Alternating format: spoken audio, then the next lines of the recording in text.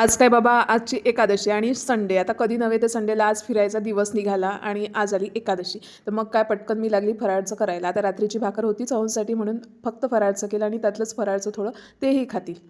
तर राजगिऱ्याचं पीठ आणून ठेवलं होतं मागच्या आषाढी एकादशीला आणि त्याचा काही योग आला नाही, तर म्हटलं आता करावं आणि करावं म्हटलं तर तेही अगदी थोडंसं टाकलं आणि अगदी किती मोठा तो शिरा होऊन गेला.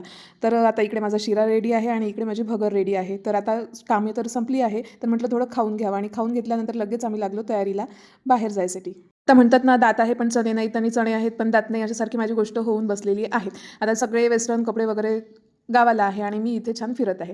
अशी काही तयारी केली आणि निघालो आम्ही आमच्या पुढच्या प्रवासाला. तर आता हो म्हणाले, की "तुला बदाम टी पाजतो कारण तू चहा तर सोडला आहे, तर हा टी घेऊन बघ एकदा." तर टेस्ट केला तर अगदी भारी होता आणि हा चहा जो आहे तो पहिल्यांदाच पीत आहे.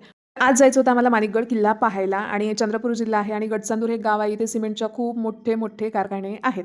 तर ते सुद्धा बघितले आणि कारखान्यांचं काम थोडंफार कसं चालतं तेही बघितलं. आता ही जी ट्रॉली दिसत आहे तुम्हाला जाताना, ट्रॉली म्हणतात काय म्हणतात माहिती नाही. तर हे अगदी दूरपर्यंत होते. अगदी जिथं गेले तिथं दिसत होतं. त्यामध्ये सिमेंट बनवण्यासाठी अगदी डोंगरावरून दगड येतो पांढरा आणि काळा.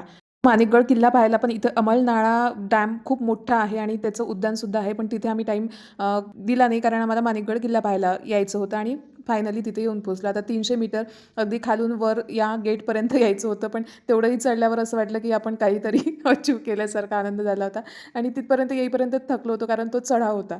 Googleवर सर्च करून आलो होतो त्यामुळे एक्साइटमेंट तर खूप होती, पण पाहण्यासारखं तेवढं नव्हतं कारण आता झाडं वगैरे इतकी वाढलेली होती. तर त्यामुळे पाहण्यासारखं नव्हतं, पण अनुभवण्यासारखं खूप होतं. कारण आता हिरवळ आणि सगळीकडे मोठी-मोठी झाडं आणि दऱ्या पाहिल्या तर कोणालाच छान वाटणार नाही. आता इथे आल्यावर कळलं, की इथे बऱ्याच ॲक्टिव्हिटी करण्यासाठी यांनी ठेवलेल्या होत्या. त्यामधली ही एक जी होती, जी टॉप ट्री वॉकिंग होती. तर ती माझ्या नवऱ्याने तर अर्ध्यावर सोडली आणि मलाही म्हणत होता, की वापस ये, पण मी गेली पुढे.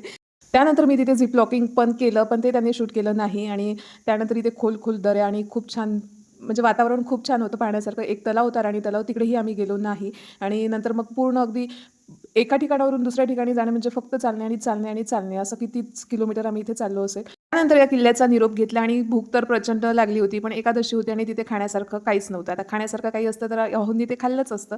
पण मग तिथे 2 चिप्सचे पॅकेट घेतले आम्ही, ते इथे येऊन खाल्ले आणि डॅमचा थोडासा आनंद घेतला कारण उद्यानमध्ये आम्ही काही जाणार नव्हतो आणि लागलो परतीच्या प्रवासाला. तर चला भेटू पुढच्या व्हिडिओमध्ये. व्हिडिओ आवडला असेल तर लाईक, शेअर आणि सबस्क्राईब करायला विसरू नका. तोपर्यंत बाय बाय.